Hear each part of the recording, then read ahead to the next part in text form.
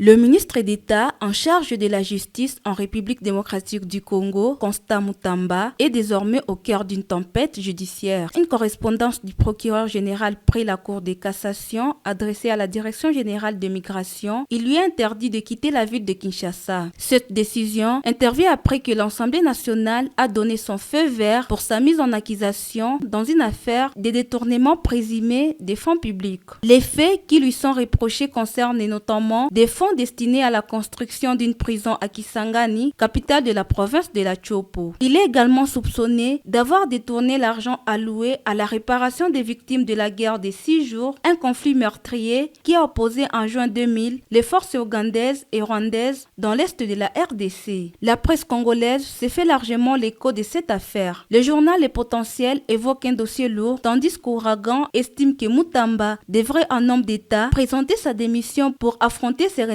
la justice. Une position qui renforce les médias Congo.net en rappelant l'article 166 de la Constitution qui prévoit la démission des membres du gouvernement dès sa mise en accusation par la Chambre basse du Parlement. Le lancement officiel du procès est désormais imminent. Il ne reste plus qu'au procureur général d'introduire sa requête auprès du président de la Cour de cassation pour qu'une date soit fixée. Jusqu'ici, considéré comme un homme à la parole tranchante et à la réputation de probité, Mutamba voit son image sérieusement écornée, comme le souligne Forum des As. Pour ces médias, les espoirs que plusieurs Congolais avaient placés en lui s'effondrent aujourd'hui. Cependant, certains observateurs, dont le média Info 27, soupçonnent une instrumentalisation politique derrière cette procédure dans un contexte de fortes tensions et de rivalités d'influence. De son côté, le mouvement citoyen Lucha applaudit l'initiative de la justice, réclamant non seulement la démission immédiate du ministre, mais exige aussi un audit global des fonds destinés aux victimes des conflits armés, en particulier ceux gérés par la Frivao et les Fonarev, accusés d'être des outils de siphonnage au service de certains hauts responsables.